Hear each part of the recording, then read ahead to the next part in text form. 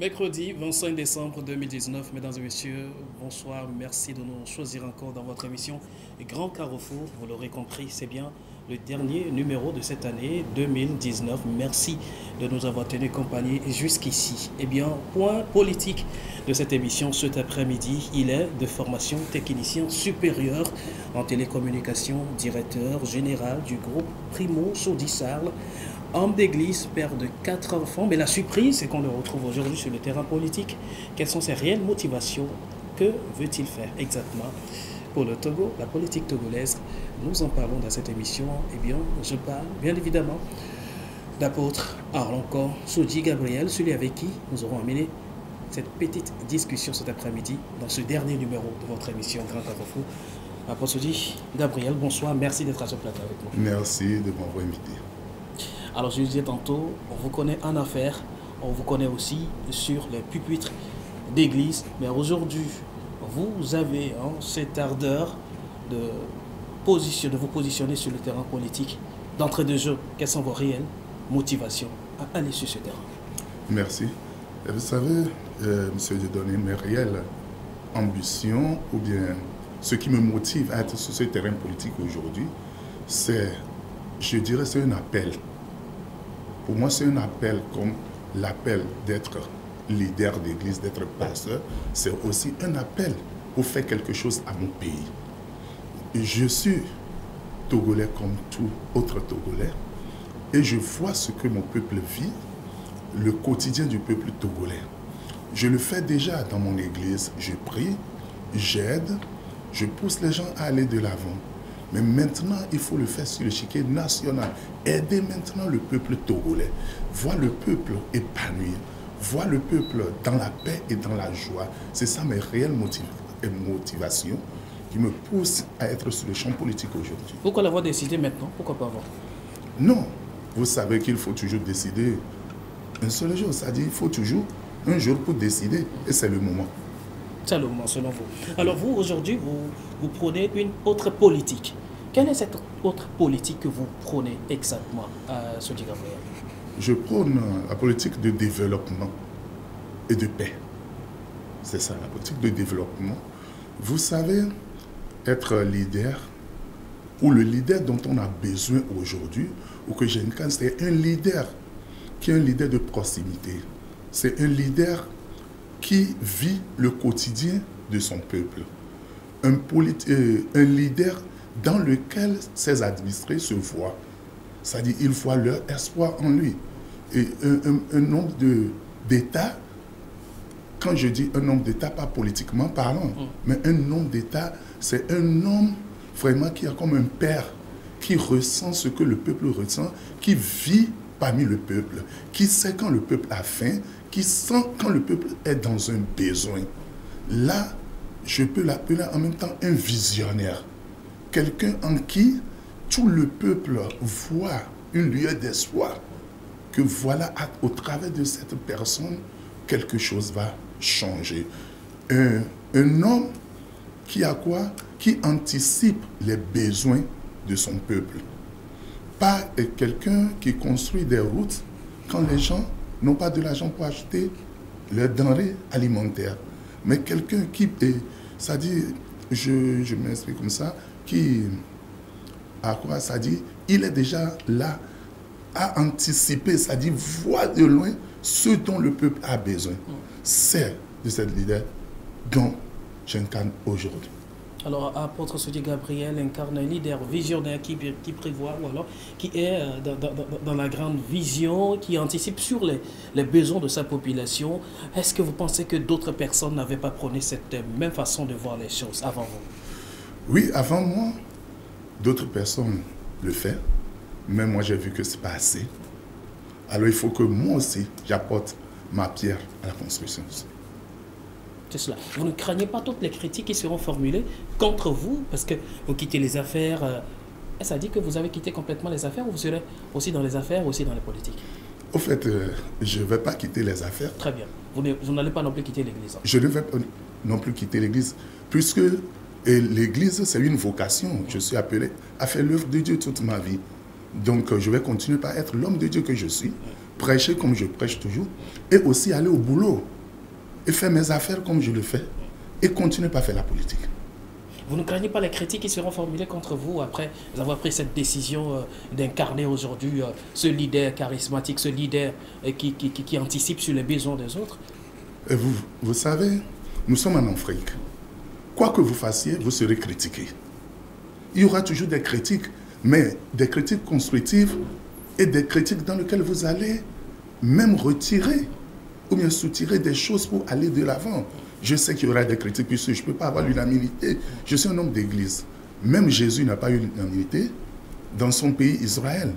Aucun président au monde, aucun opposant ne peut pas dire qu'il a l'unanimité. Donc je sais qu'il y aura des critiques. Je sais ce à quoi je fais face. Je sais la taille de cet enjeu qui m'a... Je sais. J'ai déjà payé un prix en tant que leader religieux quand le Seigneur m'a appelé dans ce ministère. J'ai payé un prix. J'ai passé par des tribulations, des critiques, et aujourd'hui encore, je suis prêt à encore payer le prix. Je suis prêt et je sais ce qui m'attend. Eh bien, je sais que par la grâce de Dieu, tu iras bien. Très bien. Alors, la présidentielle 2020, c'est dans quelques semaines, et visiblement, vous vous y positionnez. Oui, je me positionne. Vous êtes candidat? Vous serez candidat? Je serai candidat. Apôtre Sodi Gabriel, candidat aux élections présidentielles de 2020 prochain. Oui, Apôtre Sodi, candidat aux élections présidentielles de 2020. Monsieur le journaliste, que ça change? C'est naturel. Les autres qui étaient candidats avant moi, ou qui seront encore candidats, mais au fait, ils sont des hommes comme moi. Ils n'ont pas de tête, moi j'en ai une. Ils luttent pour leur pays. Moi, si je vais apporter ma pierre, les accompagner pour qu'on fasse quelque chose ensemble. Ce n'est pas une guerre. Ce n'est pas une guerre. Alors vous, aujourd'hui, qu'est-ce que vous reprochez à ceux-là qui défendent une position apparente, une position qui ressemble un peu à celle que vous défendez aujourd'hui? Est-ce qu'ils ne font pas assez? Oui, vous savez, ils font ce qu'ils peuvent faire. Vous savez, nul ne peut faire assez. Il faut toujours quelqu'un dans la vie pour nous aider. Dans la vie, pour pouvoir arriver, il faut toujours la complémentarité des gens. Vous savez, quand Dieu même a créé le ciel et la terre, quand vous voyez dans Genèse chapitre 1, du premier verset jusqu'au 5e, on dit Dieu a dit, Dieu a dit, Dieu a dit. Mais quand c'est arrivé au moment de la création de l'humain, là, les dons ont changé. Il a dit, créons l'homme à notre image. Ça veut dire que quand il s'agit de l'humanité, quand il s'agit des hommes, un seul arbre ne peut jamais faire la forêt. Donc il faut se mettre ensemble pour faire quelque chose dans notre pays. Et le pasteur Martin Luther King a dit quelque chose. Il dit, un leader religieux qui n'est pas capable de trouver une solution spirituelle, physique et politique à son pays n'a pas sa raison d'exister. Donc il est temps que j'apporte aussi ma pierre. Je ne dis pas, je tire pas sur quelqu'un pour dire qu'ils ne le font pas bien. Mais je veux aussi faire quelque chose. Les aider à aller de l'avant. Aider à aller de l'avant. Aujourd'hui, vous touchez du doigt certains des problèmes de la population. Est-ce qu'en clair, ce sont des discours, mais aujourd'hui, est-ce qu'il y a des points clés sur lesquels vous pourrez revenir, selon vous, qui ont vraiment besoin d'atouche pour véritablement étancher la soif du peuple togolais? Oui. Et monsieur le journaliste, je ne vous apprends rien. Vous êtes citoyen comme moi, togolais comme moi. Vous savez, le minimum dont le Togolais a besoin aujourd'hui, c'est d'avoir un boulot, un bon salaire, mettre ses enfants dans de bonnes écoles, se soigner quand il le faut et préparer sa retraite. Ça, c'est le minimum du Togolais. Vous pensez que si le Togolais a tout ça, vous allez les voir à la rue? Non, vous n'allez pas les voir. Parce que c'est ces manques de choses qui amènent les gens à se soulever. Ras de bol, s'ils ont tout ça, le minimum possible, vous allez voir que le pays sera en paix. C'est ça qu'il faut. Le Togolais a besoin de ça. N'oubliez pas, je l'ai dit dans nos précédents entretiens, que nous, hommes d'église que je suis, nous sommes à l'écoute du peuple. C'est chez nous les gens viennent pour prier quand ils ont des besoins. C'est chez nous qu'ils viennent. Vous savez que nous dirigeons des peuples assoiffés de différents domaines. quand nous sommes à l'église, ce n'est pas seulement les assoiffés de paradis de Jésus-Christ qui viennent vers nous. Certains viennent vers nous parce qu'ils sont dans le besoin financier, des besoins matériels. Ils viennent, voilà, on n'arrive pas à payer nos loyers. Certains disent, moi, je n'ai pas payé le collège de mes enfants. Vous voyez, ces besoins sont là. Si les gouvernants peuvent régler ces petites choses, moi, je crois qu'il y aura la paix. Donc, c'est ces choses que je veux toucher de point. C'est ces choses dont on a besoin de trouver la solution. Et vous verrez que le pays sera en paix. Alors, selon vous, aujourd'hui, il y a lieu de trouver une solution aux crises, aux frustrations qui mettent les gens dehors. Oui, on peut le trouver. Vous savez, le Togo a les moyens. Le Togo a les moyens. Vous le dites? Oui. De quels moyens parlez-vous? Oui. Écoutez, aujourd'hui, nous avons le trésor public. Il y a le port là-bas. Il y a le phosphate. Il y a des trucs là-bas qui procurent de l'argent. Mais ce n'est pas moi qui va vous informer. Ça peut suffire. Nous ne sommes que 8 millions d'habitants. Comment est-ce que je me trompe? Si tout le monde pourrait avoir un peu, juste assoiffer sa tange, sa soif, c'est bon. Puisqu'on ne peut pas tout faire à 100% tout le monde. Mais le peu, si le Togolais a le peu. Écoutez, monsieur le journaliste, il y a des milliers de personnes qui me suivent en ce moment et qui sont d'accord avec moi que ce qu'ils veulent, c'est quoi? C'est de vivre au moins. Parce qu'il y a des gens dans ce pays qui vivent même en dessous du seuil de la pauvreté. Ils n'ont pas besoin de grandes choses. Quand ils portent leurs marchandises au marché, pouvoir les vendre. Ceux qui vont au service reçoivent le salaire. Mettre les enfants à l'école, comme je viens de le dire, c'est tout. Si les gouvernants peuvent étancher cette soif, nous serons dans la paix. Et moi, je le dis, ceux qui sont là le font déjà. Et je suis prêt à porter aussi ma pierre. Ça dit, mais ce que j'ai au service de ce développement, et vous verrez que nous serons en paix. C'est tout. Très bien. Et vous l'aviez dit, que depuis là, la politique n'a été que redondante. Ce ne sont que les mêmes choses qui se répètent. Eh bien, rien ne bouge sur le terrain politique. Est-ce à dire que vous êtes là aujourd'hui pour faire bouger les choses? Oui. Vous savez, on a l'habitude de dire qu'une seule goutte peut faire déborder la vase. Une seule goutte peut faire déborder la vase. Et je le répète encore que les choses politiquement n'ont pas changé au Togo depuis plus de 20 ans. Ce n'est que du routine. On ne fait que tourner sur place. Pourquoi? Je l'ai dit, parce qu'on ne veut pas voir quelqu'un dire autre chose que ce qu'on pense. Qu'est-ce que je veux dire par là? Si c'est que je viens sur ce plateau et je commence par dire, écoutez, venez, on va faire chasser le président de la République. Il est mauvais, il est ceci. Là, les gens vont acclamer, dire, voilà, Sodi est arrivé. Mais jusqu'à quand? Ce ne sont que des promesses vaines. Mais quand Sodi dit non, c'est pas ça, on veut le développement, le quotidien du Togolais, on pense que non. Lui, c'est pas ce qu'on veut. Mais c'est les discours de haine qui ont engouffré le Togo jusqu'à présent. Monsieur le journaliste, je vais vous dire quelque chose. Je sais que ce n'est pas moi qui vais vous l'apprendre. La démocratie togolaise a fait plus de mal au Togo que la dictature. Vous le dites? Oui. Parce que quand il y avait la dictature, comme on le dit, le mot dictature, faites la comparaison.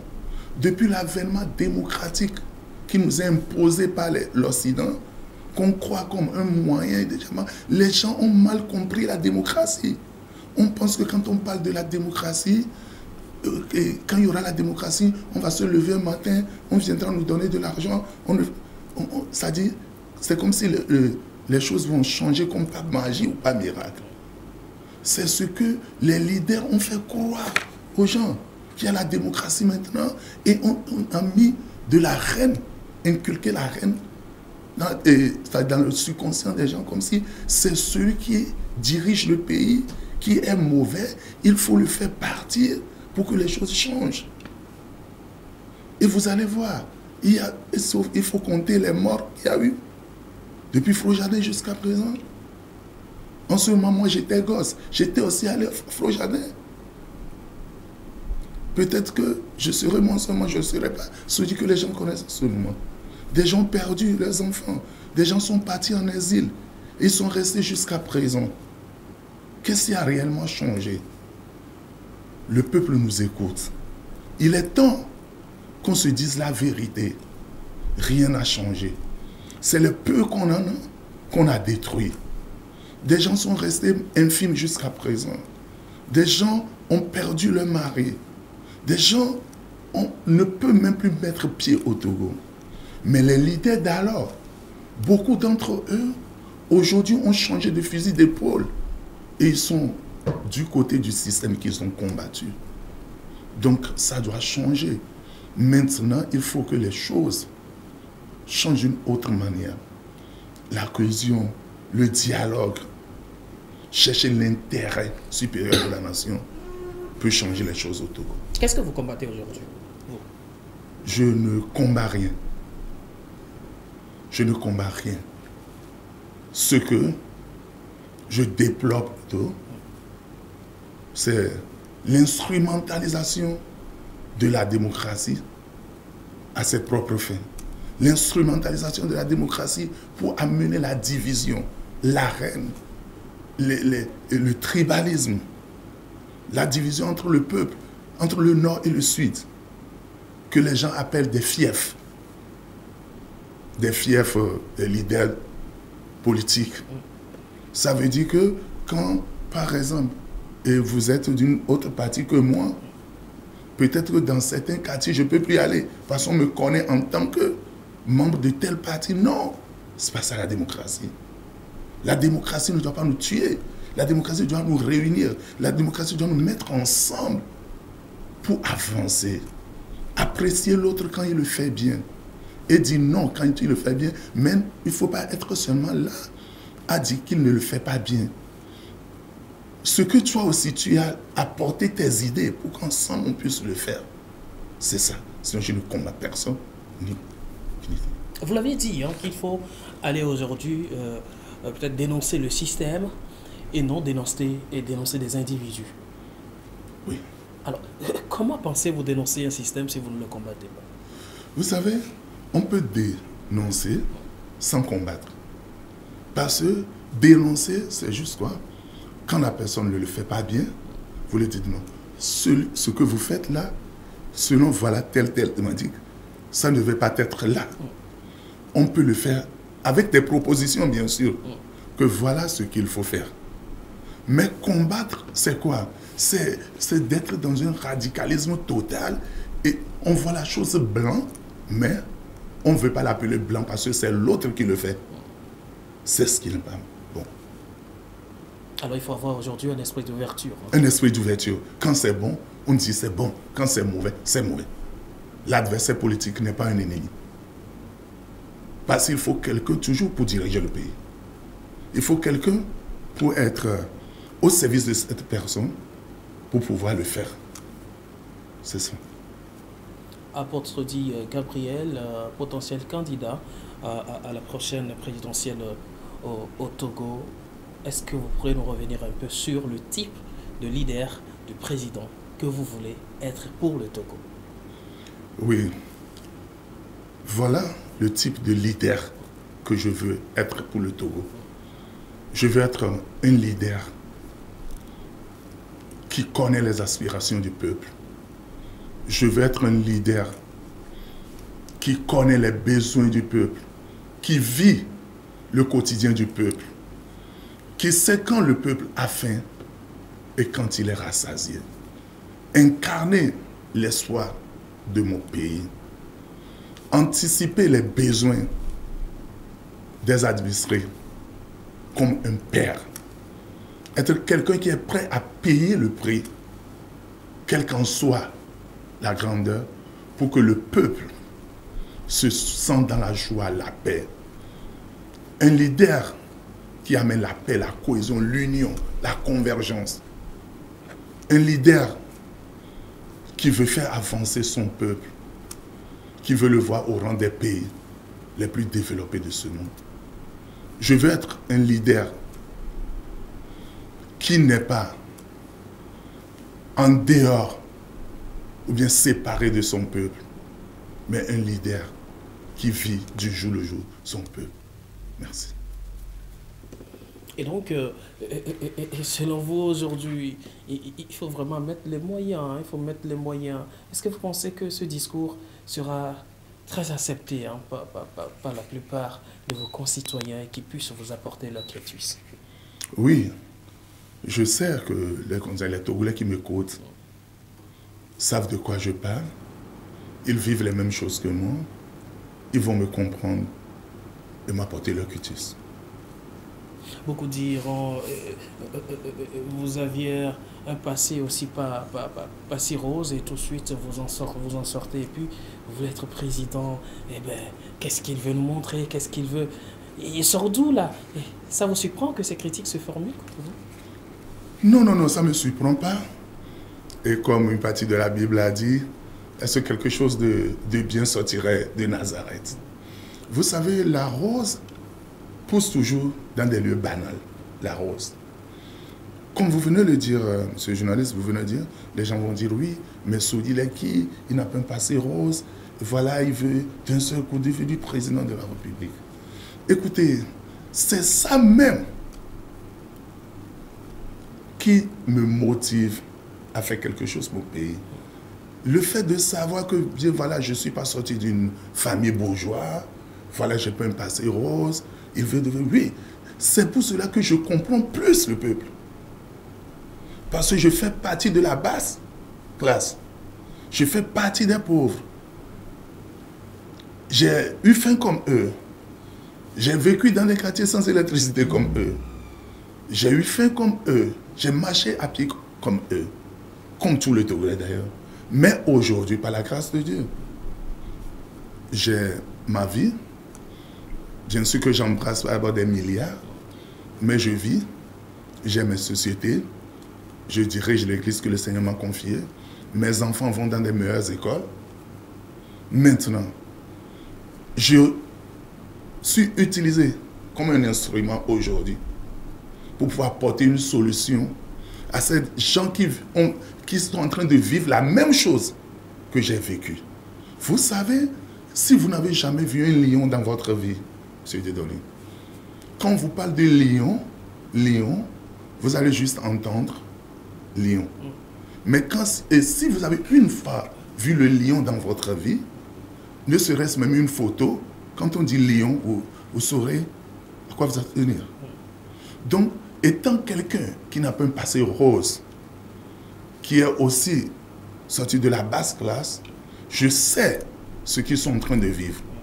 Je sais ce que c'est qu'avoir un diplôme et être à la maison à la charge de tes parents. Je sais ce que c'est que avoir l'âge de nourrir ses parents et c'est tes parents qui te nourrissent. Je sais ce que c'est que d'avoir faim et de ne pouvoir pas manger 2 fois par jour. Je sais. C'est pour cela, il doit plutôt me faire confiance parce que je fais partie de cette base. Vous savez, il y a certains qui ne peuvent pas comprendre le peuple parce qu'ils n'ont pas vécu ce que le peuple est en train de vivre.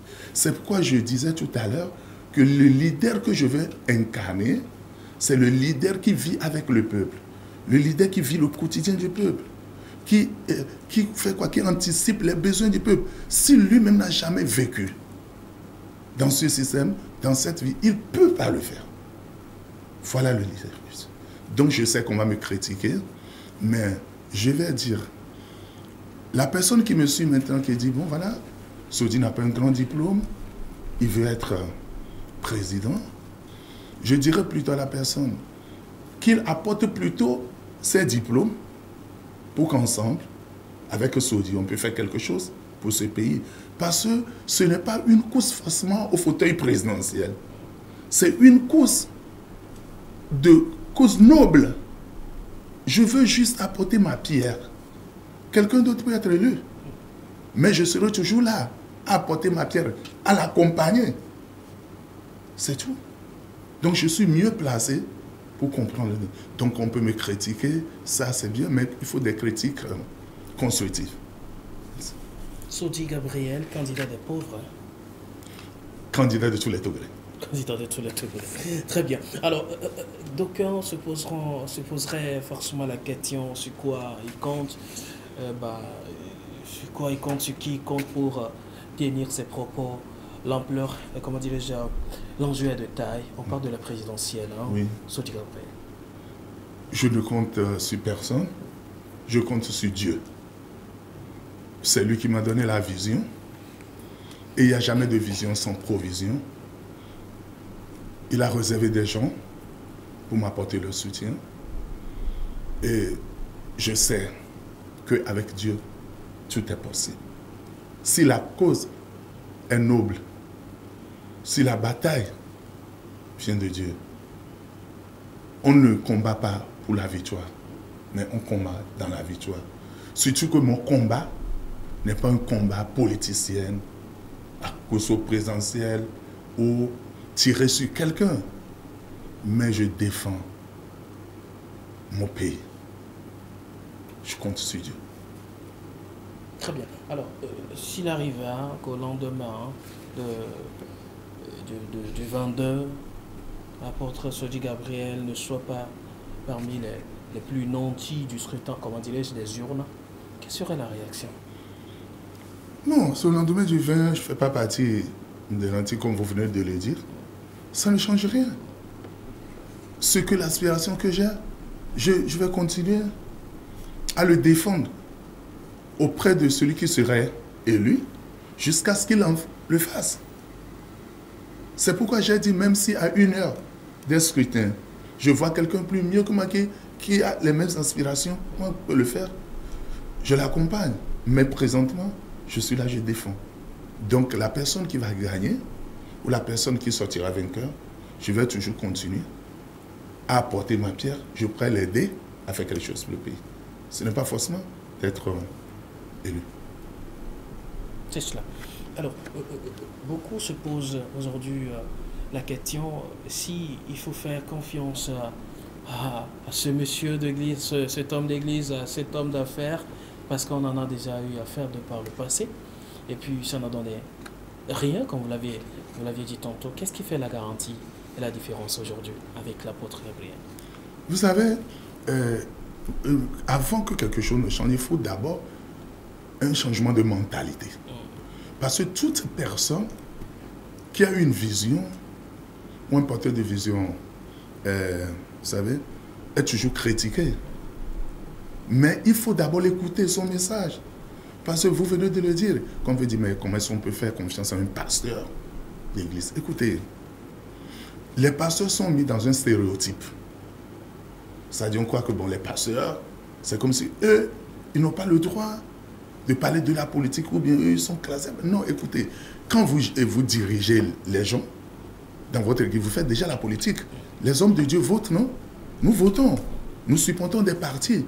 Donc, on fait déjà la politique. Donc, moi, ce que je dis, que les gens écoutent mon message. Et je dis, même si tu ne m'aimes pas, au moins reconnais que ce que je dis est vrai. Si ce que je dis est vrai, qu'est-ce qu'il faut faire? Au lieu de me critiquer, donne-moi des conseils ou accompagne-moi. Donc, moi, je vais leur dire que je compte sur Dieu, je compte sur les apports pour que les choses changent. C'est cela. Alors, lors de votre dernière sortie, il était question de savoir si vous êtes pour la transition politique, parce que c'est ce qui est prôné aujourd'hui par certaines formations politiques, certains regroupements de la société civile. Est-ce que vous êtes pour cette transition pouvoir, ou vous voulez à tout prix pour que les élections se tiennent dans le temps et dans les délais? Vous savez, chacun a sa vision des choses. Mais moi, je crois que ça soit la transition, ou bien que les choses se fassent dans l'immédiat, ce n'est pas ça vraiment le nœud du problème. C'est quoi? C'est la mentalité des politiciens. On peut faire la transition, on en a déjà fait beaucoup au Togo, mais qu'est-ce que ça a apporté? Non, rien du tout. Rien. Donc si l'idée que nous avons, la mentalité que nous avons, avant de vouloir cette transition est noble, ça peut apporter quelque chose de bien au peuple. Mais si on a des idées machiavéliques derrière la tête, ou bien c'est juste parce qu'on veut avoir le pouvoir, ou bien on défend un intérêt personnel, quand cet intérêt ne serait pas acquis, il y aura encore des problèmes. C'est pourquoi je ne me positionne pas. Vous parlez beaucoup du changement de mentalité. Un changement de mentalité à quel niveau? Au niveau des politiques tout simplement, ou alors aussi au niveau du peuple? Au niveau du peuple aussi. J'en ai parlé au niveau des politiciens, mais au niveau du peuple aussi. Il faut que le peuple comprenne que la politique n'est pas ce que nous pensons. La politique, ce n'est pas combattre quelqu'un. La politique, ce n'est pas forcément faire partie quelqu'un du pouvoir. La politique, ce n'est pas considérer l'autre comme son ennemi. Je vais vous dire quelque chose. Beaucoup de personnes, ce journaliste, aujourd'hui, qui peuvent aider le Togo à avancer, sont restés à l'écart, ne se sentent pas concernés, alors que c'est des têtes pensantes. Ils ont de la matière grise à revendre. Allez à l'Occident, en Europe, en Afrique, un peu partout. Il y a des Togolais vraiment calés qui peuvent faire quelque chose pour ce pays. Mais voilà, ils se sont mis à l'écart. Ils ne se sentent pas concernés. Pourquoi? Parce que beaucoup d'entre eux pensent qu'avant qu'ils n'apportent leur contribution, il faut que celui qui est à la tête du pays actuellement parte d'abord. Mais c'est malheureux. C'est malheureux. Il faut qu'ils viennent. Il faut qu'ils apportent leur pierre. Avant que les choses ne changent, avant qu'on ait l'élection, qu'il y ait un nouveau président, ou bien que le président sortant vient, le Togo vit, le Togo doit bouger. Il faut qu'il apporte leur contribution. C'est ça qui détruit le pays. Il faut que ça change. C'est pourquoi je parle de mentalité. Il faut que le peuple change de mentalité. Il faut que ceux qui sont des têtes pensantes changent de mentalité et reviennent pour qu'ensemble on puisse construire. Vous savez, on peut construire avec l'actuel président, on peut construire avec lui. Et on peut construire encore avec d'autres personnes qui vont venir. C'est très important. On peut construire aussi avec Sodi Gabriel, et d'autant plus qu'elle est candidat. Oui, on peut construire avec Sodi Gabriel. Parce que, à mon niveau, j'en ai fait aussi. Je n'ai pas besoin d'être président avant d'aider les gens. Je ne suis pas président de la République là où je suis.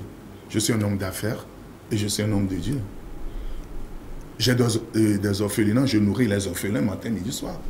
Je donne de l'argent aux bonnes dames, aux hommes d'aller faire leur commerce. J'achète des voitures aux gens pour aller faire des commerces gratuitement. De fait, les enquêtes voient. J'aide les gens. Vous savez, il y a des gens dans les églises, puisque je parle souvent d'église parce que je suis un homme d'église, je dois donner l'exemple. Il y a des gens dans les églises, si vous leur demandez 1 million aujourd'hui, ils peuvent le donner. Mais il y a des gens qui sont à l'église actuellement qui ont besoin juste de 5 000 francs pour attacher des farines et des arachides pour vendre. Mais ils n'en ont pas. Nous les aidons.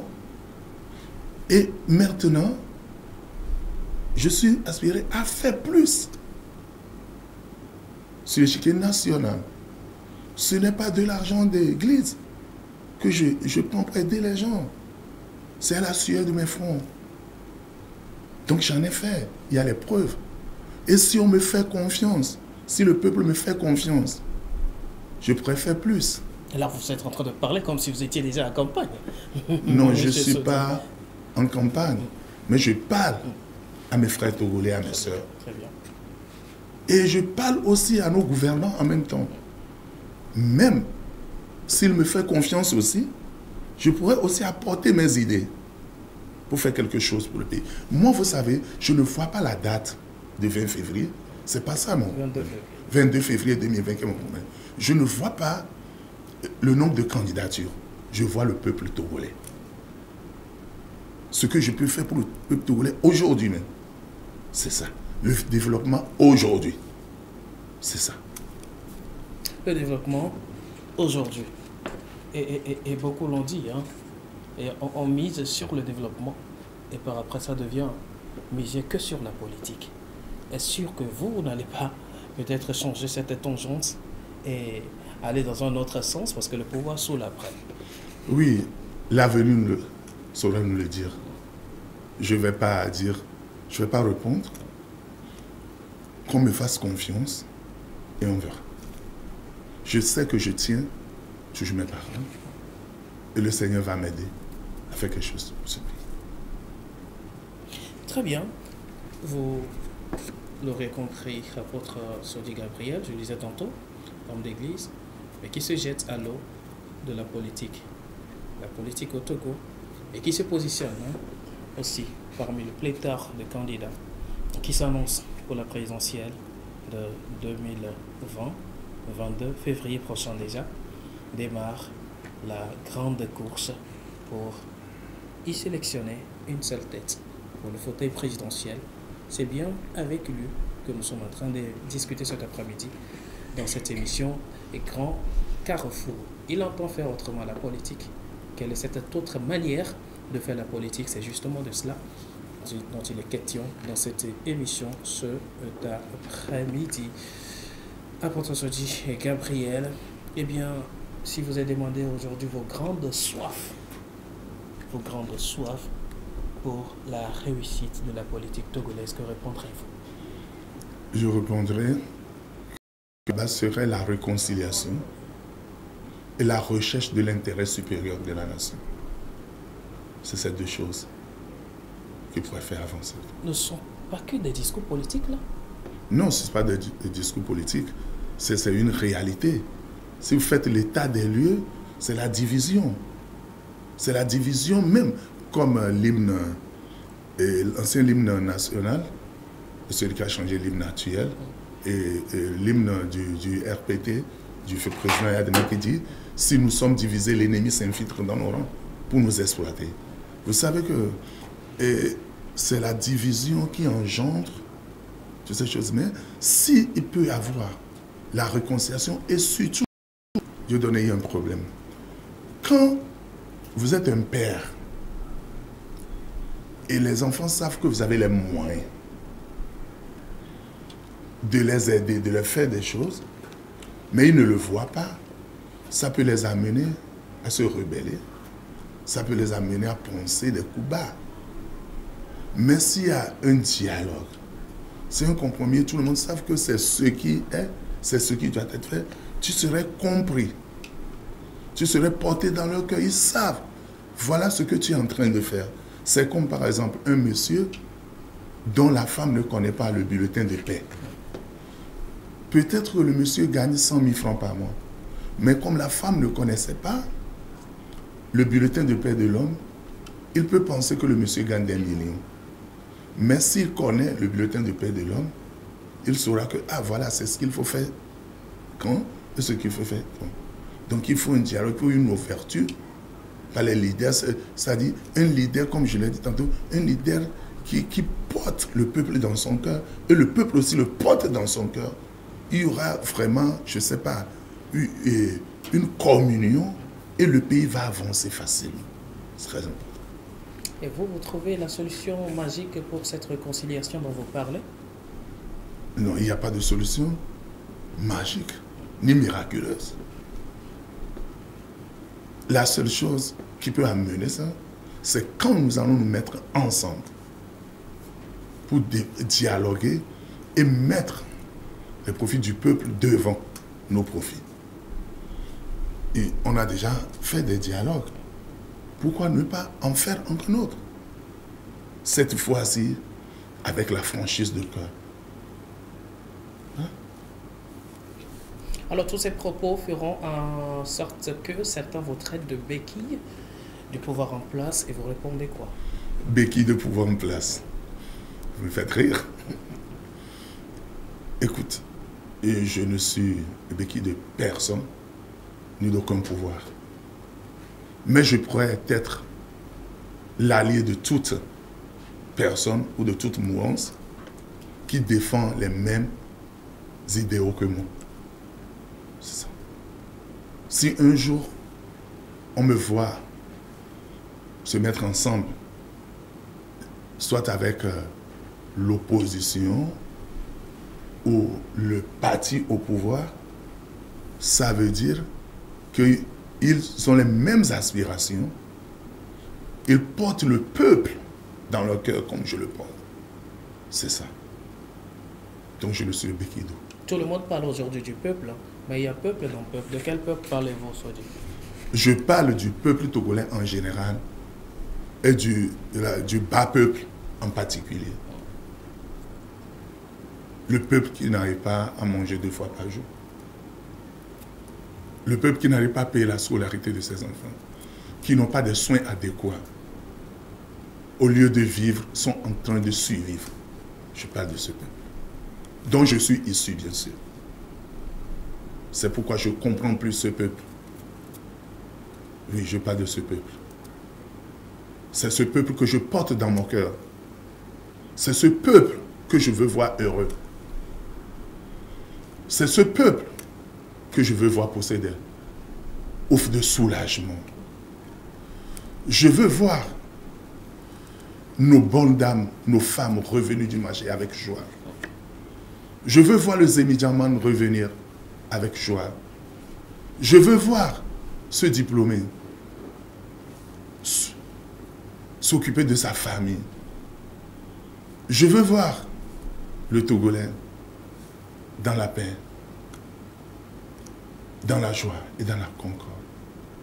Je veux voir un Togo sans violence, un Togo émergent, un Togo dont tous les enfants sont réunis pour apporter leur pierre à la construction. C'est ce que je veux. Vous semblez déjà répondre à cette question, mais je la pose quand même. Eh bien, les échéances à venir donnent déjà de l'eau à la gorge. Pour certains, il faut peut-être ranger ses petites affaires. Pour d'autres, il faut être susceptible. Et encore, il faut peut-être se préparer pour se localiser ailleurs. Et vous, que dites-vous essentiellement à la population? Vous avez un public. Et cette population à qui vous vous adressez face aux enjeux de l'heure, les échéances à venir, en tant que potentiel candidat aux élections présidentielles. Vous savez, au peuple qui me coûte en ce moment, je vous dis clairement que le Togo est un pays béni de Dieu. Il faut que chacun de nous garde espoir qu'au lendemain de ce scrutin, les choses vont encore mieux changer. Chacun vivra au moins d'une manière paisible. Je sais ce dont le peuple a besoin. Je l'ai dit au début de l'émission. C'est d'avoir son petit salaire. C'est de pouvoir donner de soins adéquats à ses enfants, à ses parents quand ils en auront besoin. C'est de pouvoir subvenir à ses besoins personnels. C'est de pouvoir voir un pays qui émerge. Je peux vous dire que tout cela est possible. Tout cela est possible si nous décidons de se mettre ensemble pour faire quelque chose dans ce pays. Écoutez, personne ne viendra le faire à notre place. Aucun pays de l'Occident ne viendra le faire à notre place parce qu'ils ont aussi le problème. Même nous-mêmes, nous pouvons le faire si nous pouvons nous mettre ensemble. Que cette échéance présidentielle qui arrive bientôt ne soit pas pour nous une frustration ni de peur. Je sais que tout ira bien. Tout se passera bien. Et cette fois-ci, que ça soit de l'opposition, des indépendants ou du pouvoir en place, que va ressortir le prochain dirigeant de ce pays. Tout se passera dans des meilleures conditions. Et cette personne qui portera ce charge de diriger ce pays dans les prochains 5 ans sera inspiré de Dieu et il conduira le pays à bon port. C'est ça. Vous semblez déjà donner vos mots de la fin, mais je voudrais savoir si vous êtes calé ou alors très sûr pour une alternance en 2020. Oui, je suis très sûr pour l'alternance en 2020. Je ne peux pas vous dire par telle personne ou par moi, mais ce que je sais, c'est qu'il y aura l'alternance en 2020. Déjà, l'alternance se profile à l'horizon. Vous savez, on ne peut pas avoir tout en même temps. Je dis donc, il faut qu'on soit véridique et vrai. Beaucoup de choses ont changé sur le plan liberté d'expression et trucs au Togo. Il y a eu des années, il y a des choses qu'on dit aujourd'hui sur les médias qu'on ne peut pas dire. Dans la peur d'être pourchassé. Mais aujourd'hui, il y a la liberté d'expression. Il y a des infrastructures qui sont en train d'être construites. Il y a des choses qui sont en train d'être faites. Donc déjà, ça veut dire qu'il y a quelque chose de bon qui se profile à l'horizon. Et je sais qu'il y aura l'alternance en 2000. Apôtre Sodi Gabriel, on voit dans cette caméra votre mot de la fin. Mon mot de la fin, c'est que le peuple togolais qui m'écoute me fasse confiance. Je sais que je suis sorti de la basse classe comme vous. Je n'ai pas un grand diplôme, je n'ai pas un doctorat en économie, en sciences politiques, en administration. Mais je sais que je peux apporter quelque chose à mon pays. Vous savez, un visionnaire, quelqu'un qui dirige un pays, n'a pas nécessairement besoin d'avoir tous les diplômes. Sinon, on aurait imposé aux candidats d'avoir des doctorats en économie parce qu'ils auront à gérer l'économie du pays, en médecine parce qu'il y aura des fléaux à traiter dans le pays. Mais un leader doit juste être un visionnaire. Un visionnaire et être accompagné des têtes pensantes. Un groupe de bosseurs. Pas un groupe qui a des paparazzi de diplôme à la maison. Un groupe de bosseurs pour l'accompagner. Écoutez-moi. Je sais que vous me connaissez, je suis un Togolais comme vous. Vous connaissez mon passé, vous connaissez mes parents. Mais je vous connais aussi. Je sais que tu as soif d'utiliser ton diplôme que tu as eu. Je sais que tu veux revenir du marché très heureux. Alors, j'incarne ton désir. J'incarne ton aspiration. Alors, ensemble, faisons quelque chose pour ce pays. Et je profite à dire à nos gouvernants, vous en faites déjà. Faites encore plus. Faites encore plus. Défendez le pays. Et je sais qu'ensemble, si on se bat ensemble, on va arriver à l'objectif qu'on s'est fixé. Merci. Merci, apôtre Sodi Gabriel Aroncor. Eh bien, c'était là vos mots sur votre positionnement sur l'échiquier politique togolais. Merci d'avoir été des nôtres dans cette émission. Je rappelle, vous êtes le président du Togo en mouvement, une organisation de la société civile. Merci d'avoir été des nôtres. Merci, c'est un plaisir. Merci, chers téléspectateurs. Merci d'avoir partagé ce temps avec nous. Eh bien, moi maintenant, de vous dire très bonne et heureuse année 2020. Eh bien, bonne fin d'année 2019. Vous avez été des nôtres durant tous ces 12 mois. Oh, quel plaisir pour nous de vous savoir nombreux à l'écoute, à nous suivre dans cette émission Grand Carrefour tous les mercredis, tous les samedis. C'est un honneur partagé. Eh bien, nous demandons que la grâce du Très-Haut soit avec nous et reste encore avec nous. À très bientôt sur cette même chaîne. Merci. Merci à votre.